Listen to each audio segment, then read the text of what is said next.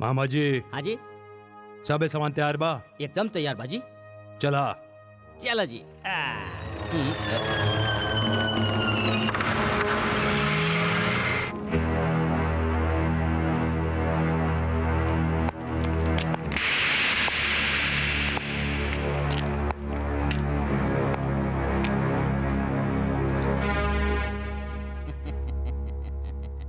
मालिक रहम करे, मालिक रहम करे, मालिक। अरे सत्यानाश हो के तो। अरे करम जली, अरे सागर बाबू के काम के बीच दखलंदाजी करे के तू हिम्मत कैसे कैलिस हैं? अरे तोरा तो खुश होके के चाहिए कि एक तस्वीर सागर बाबू बना रहल हवे, देश विदेश के लोग देखियन, अमर हो जाए तोर मरद अमर। अमर तो ऊ लोग होखल चाहेला जेकरा जीवन वरदान होखेला। अरे हमनी के तो जीवन अभिशाप बा। मामा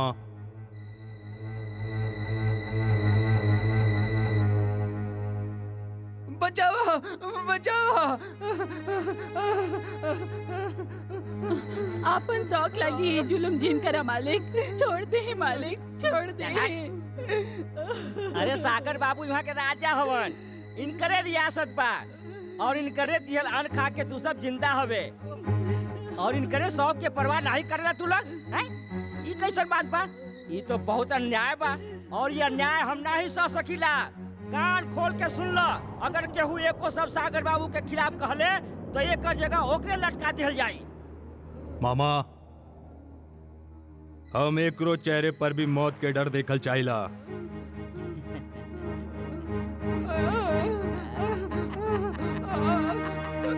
छोड़ दो मालिक, रहम करा। छोड़ दो मालिक, छोड़ दो मालिक, रहम करा मालिक।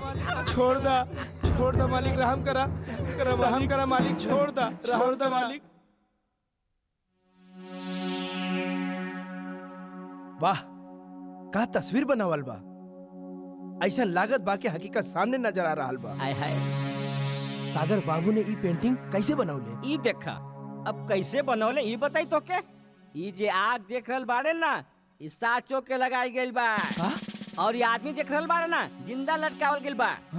काहे कि जबले फाटल चिथड़ा कपड़ा ले गरीबी न झाके, भूख से बिलखते लोग न दिखाई देवे और आगी के बीच झुलसत इंसान नजर न आवे, तबले हिंदुस्तान के कलाकार के विश्व अवार्ड नहीं मिलेला।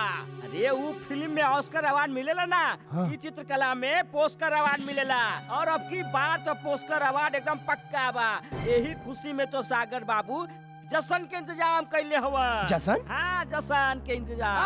जश्न मनाई बा, जश्न। अरे कोरोना के दिन फिरल बा, चेहरा में भंग ले आई बा। ई देखा, ई भीड़ कहाँ से आई? अरे तैयार तैयार, ई कौना चीज के भीड़ बा? हम विधवा हो गए बानी तोहरे कारण ठाकुर साहब। ठाकुर साहब हमार पति मर चुकल बाने। अरे तो शमशान घाट पर जो क्रियाक्रम कर, तू लोग हमेशा अपराह भटक जाले। अरे हमनी का तो सही राह पर आवल चाहिला। ओहो, अब हमके याद आई। अरे हम भूलिए गइल रही, जे तरह जिए खातिर दाना पानी की जरूरत होकेला, वही तरह मुर्दा के अंतिम संस्कार खातिर खर्चा पानी की जरूरत होकेला। है? अरे जवाब चाहिए हमनी के।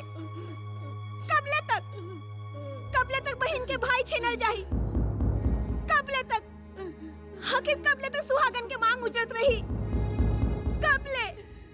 अरे बहुत शौक बना तो के जिंदा लोगन के जला जला के उनका तस्वीर बनावे के, तो बना एक और तस्वीर, चला दे गांव के, चला दे हम सब लोगन के, बना दी गांव के मुर्दा घाट और खुद बन जुड्डू। आय हाय हाय हाय, अब तो बर्दाश्त के हद हो गई। अब तो नाक में नकल डाल ही के पड़ी। अब सर फटे या धोती फटे पर पोजीशन ना घटे, मारा नवखरा मन के। अरे चल हट, भाग यहाँ से, चल, भाग यहाँ से, चल हट, भाग यहाँ से, चल यहाँ से, वही तो और बधाई, चल यहाँ से, चल बुढ़ो, भाग यहाँ से।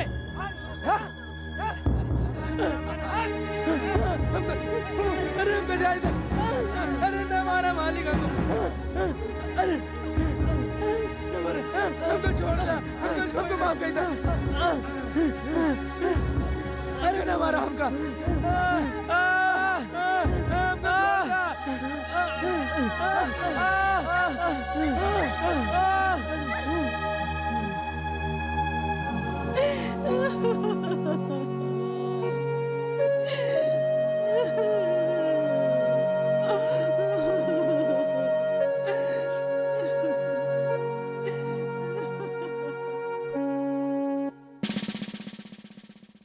भांजे फटे तो फटे पर पोजीशन ना घटे। बर्बाद कर दिहनी मार मार के कावालन के। बाकी एगो बात समझ में ना आई, अबले जे लोग हर बात सर झुका के मान लेत रहे उस सर उठावल शुरू कर दिले और वो लड़किया रूपा चीखे लागल। मामा, चीख के हम सिस्कियन में बदलल अच्छी तरह से जानेला। ऊ लड़किया के हमरे सामने पेश करा मामा। अरे बाप रे,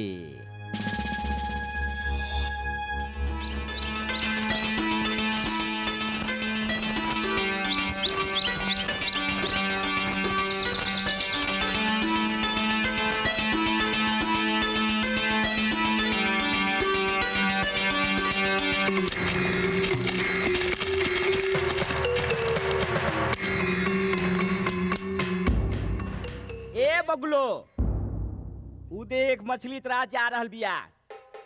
जो जाके पकड़, लेकिन ध्यान से, नाजुक बदन बा, कहीं फिसल न जावे। और सुन, फटे तो फटे पर पोजीशन ना घटे। जो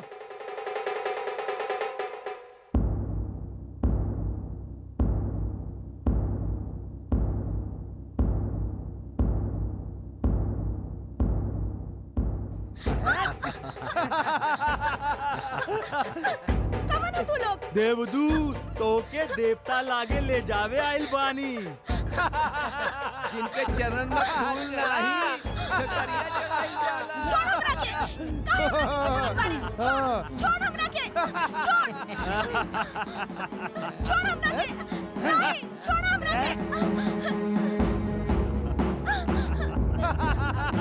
के, हमरा के जाए दो, छोड़ हमरा के, छोड़ हमरा के। अरे राम राम भाई साहब, राम राम। कवन हवे रे तू? अकेली बेबस लड़की, चेहरा पे नकाब। तू लोग तो मन से कमीना और हरकत से दरिंदा नजर आवतारा।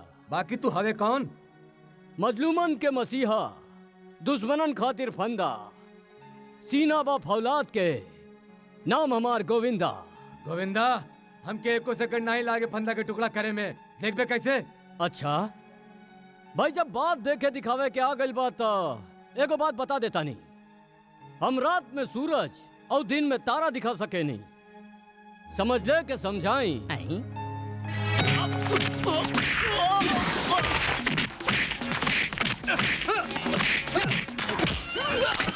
अरे दैया, अरे दैया, ई ससुरा दो पाटन के बीच गेहूं के साथ घुन कहाँ से आ गई?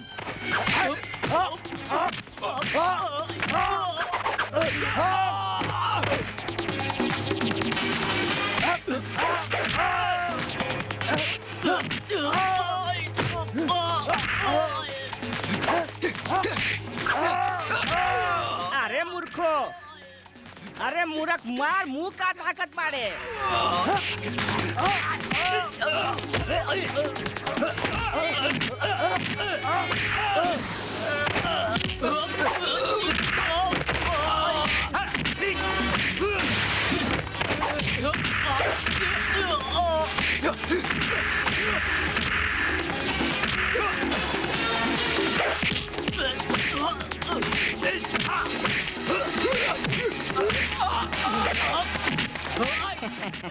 बिना कारण मुस्टंडन के बीच में आ गई, पीट रहल बा सराव। अरे अरे अरे, ई का? ई तो सब उल्टा हो रहल बा। औरतन पे धौंस जमावे वालन के मर्द से पंजा ना लड़ावे के चाहिए, वरना हाल बेहाल और जिनकी जंजाल बन जाला। समझ ले के समझाई।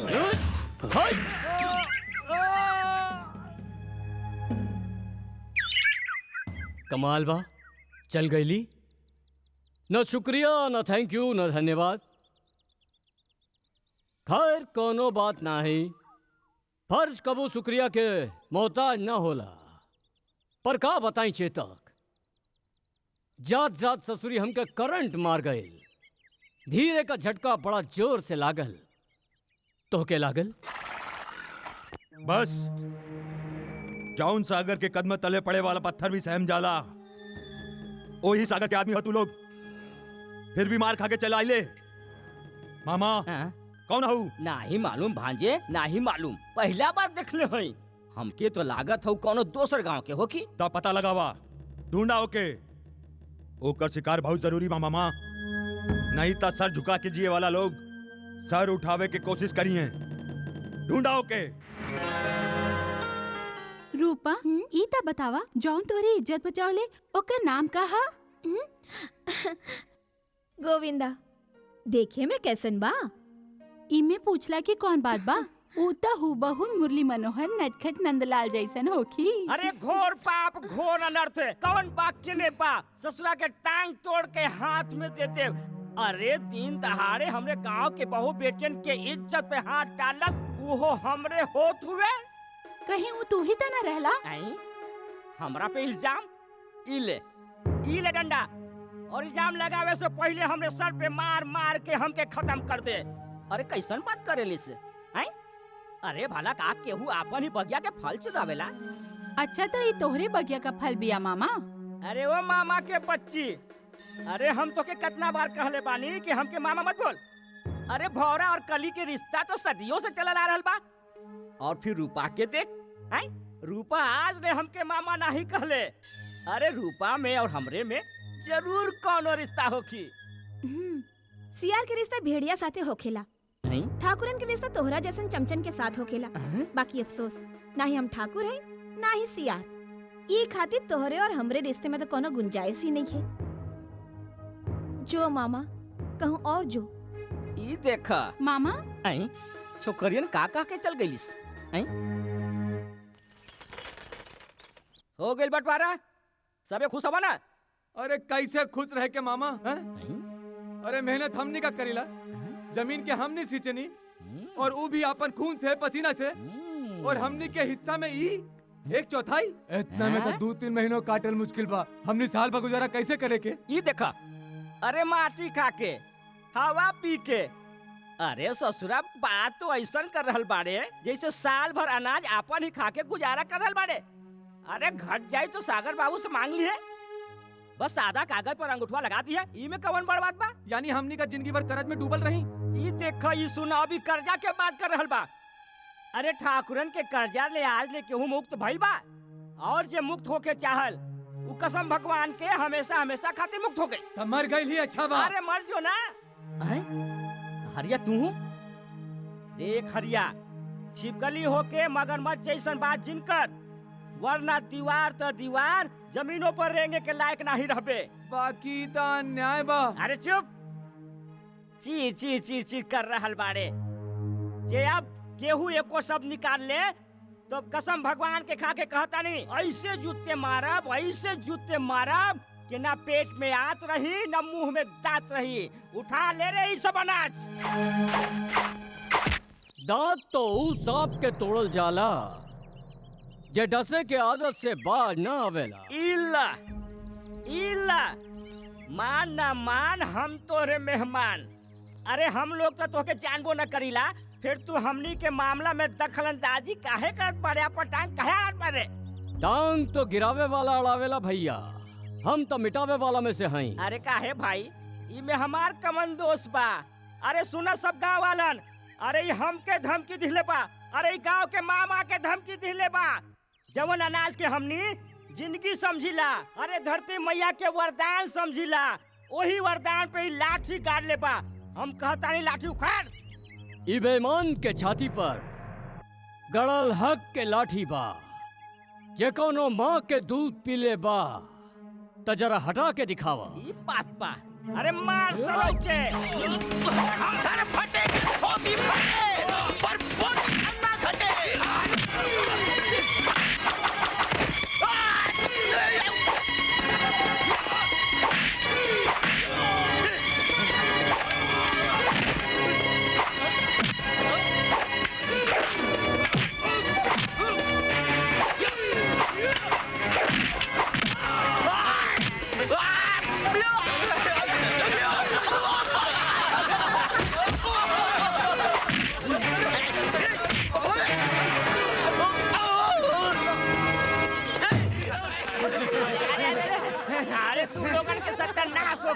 बहुते भारी बा भाई।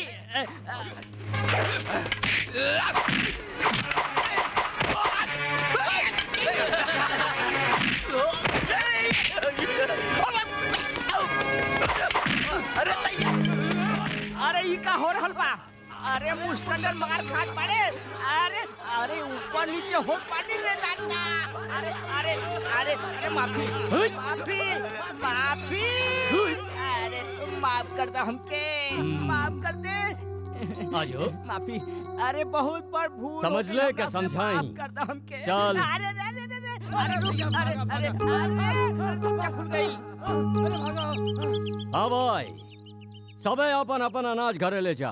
बाबूजी हमनी ठाकुर की तरह न्याय नहीं कर सकेनी। हम समन अपन अपन हिस्सा ही लेके घर जाई।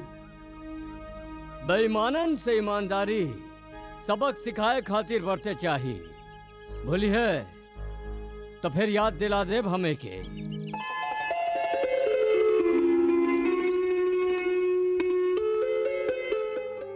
ई कवन अजनबी रहे, एकरा तो पहले कब्बो ना देख ले। गोविंदा जौन जंगल के रास्ते में गुंडन से हमारी इज्जत बचौले, गरीबन खातिर लड़े वाला इंसान हम पहली बार देखतानी। माई, गरीबन खातिर लड़े वाला के इंसान नहीं, देवता कहल जाला। रूपा, देवता के भी कबो पुजारन की जरूरत पड़ जाला। तू ये जिम्मेदारी निभा लेना। जीत करता के तू सब लोगन के गोली मार दी। जाऊन आदमी तू लोगन के दोबारा मारलस, ओकर कटल से लावे के बजाय आपन चेहरा पर घाव के निशान लेकर आइल बड़े। अरे भांजे कौना के शौक बा मार खाए के? ऊ ससुरा बहुते मजबूत बा। मामा, दुश्मन के तारीफ हार के पहचान होकेला। मालिक, बड़े मालिक के फोन आइल बा। कौन बड़ मालिक? सबसे बड़ हम हई जो आई जैसे। जी मालिक।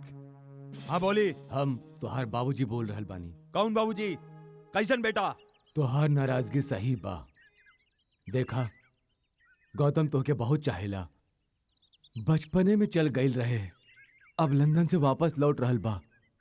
तो से मिले खातिर वो बहुत बेचैन बा। हम चाहेनी तू अपन बड़ भाई के इच्छा पूरा कर दा। हमारी बात सुना, सौतेला रिश्ता मोहब्बत खातिर नहीं, हमेशा नफरत खातिर होकेला। इस सिर्फ तोहार भरम बा। हमके विश्वास बा कि जब तू ओकरा से मिलबा तब तोहार नजरिया बदल जाई। हम तोहार इंतजार करतानी, जरूर अइया।